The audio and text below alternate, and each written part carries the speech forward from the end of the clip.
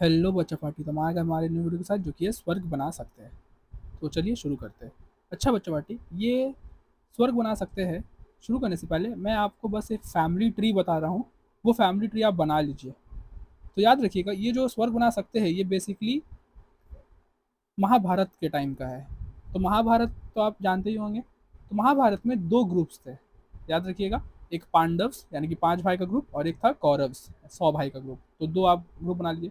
अब पांडव्स के पिता का नाम था पांडु, और कौरव्स के पिता का नाम था धृतराष्ट्र। तो आई होप ये भी क्लियर है।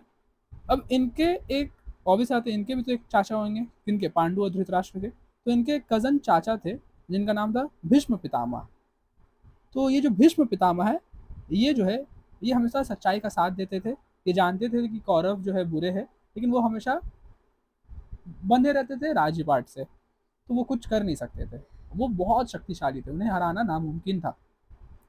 तो वो जो है, वो भीष्म पितामह पांडु के सबसे जो बड़े भाई है, जिसका नाम है युधिष्ठिर। और युधिष्ठिर को ये धर्मराज बोल रहे हैं। क्यों धर्मराज? क्योंकि ये जो है हमेशा सही काम जिंदगी भर किए है, और धर्म के अधीन कोई भी काम नहीं किए है, यानी कि धर्म के अगेंस्ट कोई भी काम नहीं किए। तो ये जो है भीष्म पितामह अपने पोते को ज्ञान दे रहे हैं कि कैसे जब वो राजा बन जाए तो वो स्वर्ग बना सकते हैं। आई होप क्लियर है। तो चलिए शुरू करते हैं पोयम। अच्छा बच्चों, और एक बात कि जितना भी पोएम्स आप पढ़ रहे हैं, प्लीज जितना भी उनका राइटर का नाम है, जैसे कि ये पोएम का स्वर्ग बना सकते का नाम है राइटर का रामधारी सिंह दिनकर।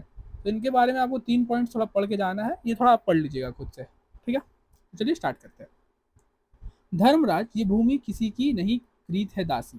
तो धर्मराज किसे कह रहा जा रहा है? वेरी गुड, युधिष्ठिर को। तो धर्मराज ये भूमि किसी की नहीं, क्रीत है दासी। क्रीत मतलब हो गया चौपाटी, खरीदी हुई। तो वो कह रहे हैं युधिष्ठिर बेटा, ये जो है किसी का खरीदा हुआ जमीन नहीं है, धरती किसी का खरीदा हुआ नहीं है जन्मना समान परस्पर इसके सभी निवासी। तो जो भी यहाँ पर ही जन्मा है, जो भी यहाँ पर ही बर्थ लिया है, सबका अधिकार जो है इक्वल है। दूसरा पैराग्राफ, सबको मुक्त प्रकाश चाहिए, सबको मुक्त समीरन। तो ऑब्वियस सा बात है, ये दुनिया में किसी का ऐसा नहीं है कि हाँ इसको ज़्यादा प्रकाश मिलना चाहिए, इसको ज़्यादा हवा मिलना चाहिए। तो सबको इक्वल प्रकाश मिलना चाहिए, सबको इक्वल वायु मिलना चाहिए, और सब मुक्त है। मुक्त मतलब फ्री है, पैसा चार्ज नहीं हो रहा है इसका। बाधा रहित विकास, मुक्त आशंकाओं से जीवन। लेकिन ऑब्वियस सा बात है, ऐसा तो होगा नहीं, क्योंकि जीवन जो है वो आशंका से पूरा भरी हुई है।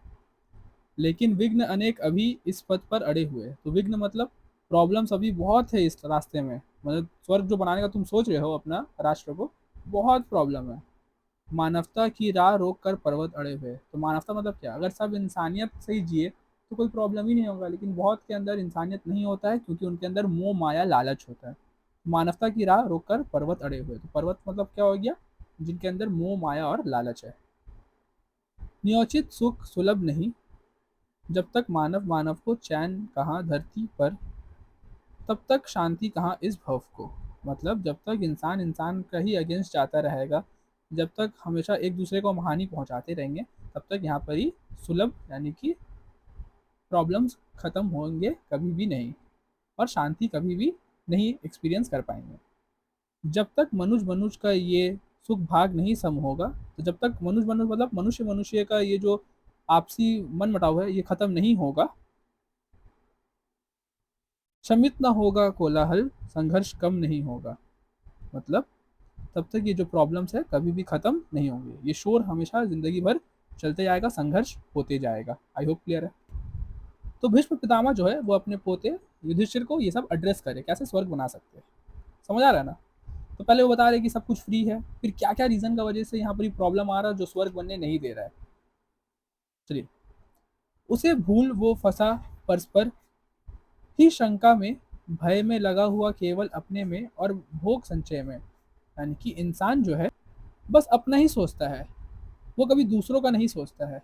और यही रीज़न है जो वो आज फेल कर रहा है। देखिए, अगर आप ज़िंदगी में हमेशा किसी का साथ देते हुए या किसी का हमेशा सहायता करते हुए बढ़िएगा, तो लाइफ में ऐसा भी हो सकता है आप भी कभी प्रॉब्लम में आए तो वो भी आपकी सहायता करेगा। लेकिन आप हमेशा अपना अपना अपना करिएगा तो लाइफ में आपको भी सब हमेशा डाउन करने ही का सोचेगा। तो वैसे आप कभी भी सफलता नहीं पा सकिएगा, और दूसरों को फिर सफल नहीं होने दीजिएगा। प्रभु के दिए हुए सुख इतने हैं विकर्ण धरती पर। मतलब प्रभु जो है बहुत कुछ दिया है, मतलब भगवान जो है बहुत कुछ दिया है, इतना दिया है कि हम लोग को और मांगने का दरकार नहीं है। और धरती पर सब कुछ है, संपूर्ण है, फैला हुआ है सब कुछ। भोग सके जो उन्हें जगत में, कहाँ अभी इतने नर। तो ऑब्वियस सा बात है, लेकिन ऑब्वियस बात है क्या हो रहा है कि हम लोग उसको सही से बांट रहे नहीं है, इसी वजह से हमको क्या लग रहा है कि भगवान बहुत कम दिए है। सब हो सकते तुष्ट एक सा, सब सुख पा सकते हैं, तो सब अगर एक समान ही हो जाए, सबको अगर इक्वालिटी का समझ आ जाए, तो सब ये सुख पा सकते हैं जो भगवान हमें दिए हैं।